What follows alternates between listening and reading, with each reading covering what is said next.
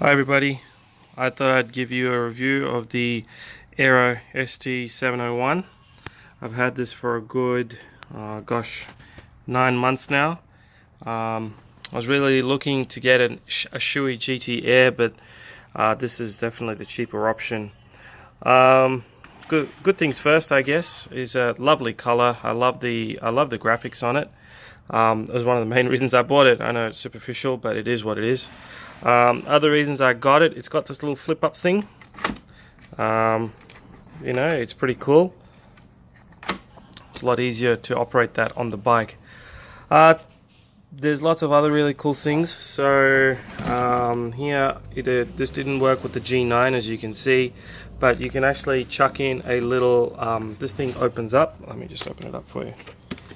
This thing opens up so that you can actually put in your Scala or Cardo or whatever it is, and you can push it all the way through. But I haven't been able to do that with the G9 because it comes with its own. It's actually fully wired all the way through to the headphones, so you can't fit it through that hole. But all the newer headphones and all that will actually work just fine. So. What's other thing? It's okay ventilated.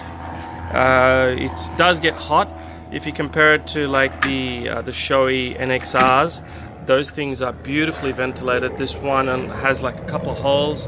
During summer, it really does get hot.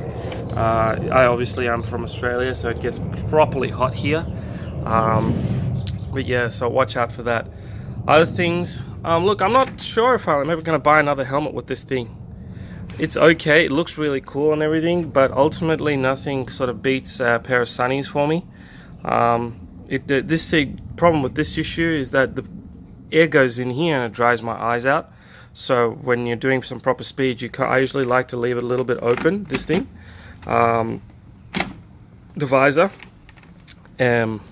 But it does actually end up drying my eyes out, so I end up wearing sunglasses anyway, so I never really use this, so I think it's a little bit unnecessary. It obviously has made the helmet a little bit heavier, but as far as weight goes, it's actually a pretty decent helmet. There's lots of other small things that you get in here. So this thing clicks on and off.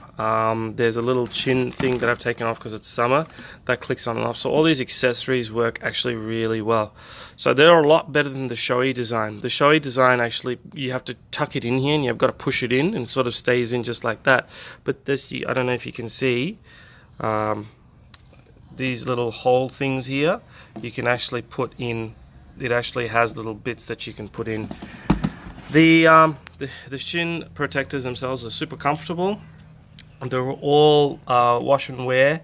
I haven't tried washing it yet. Still pretty newish after 9 months. I don't sweat a lot, but after 9 months, it's been pretty decent. I give it a spray once every now and then.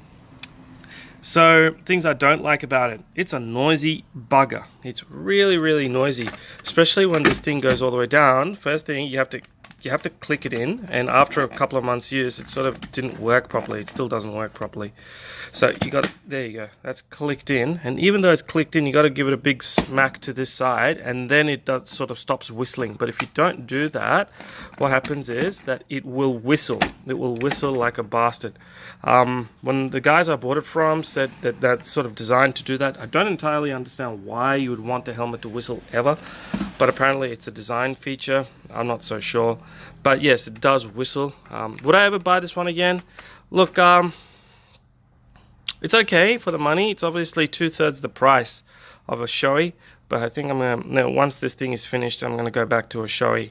But if you can't afford a Shoei, I think this is a fantastic thing.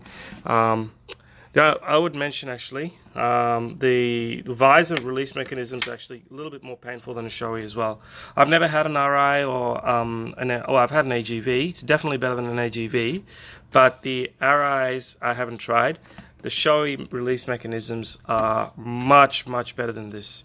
So yeah, it's probably worth mentioning as well. Like when they make this out of the factory, this comes with this, especially this inside thing. I don't know if you can see it.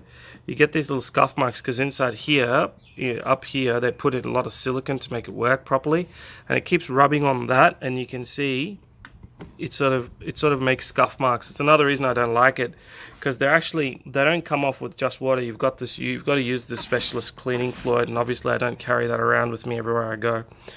So that's another reason I don't like that, because obviously you can just take your sunnies off and just wipe them.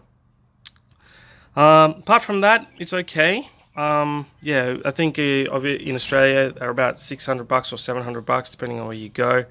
I'm not going to bother with all the box wrapping rubbish, who cares. But yeah, that's the review of the Airoh ST701 after about 9 months worth of ownership. This is my own helmet, so yeah, I'm not paid by anybody. Bye everybody.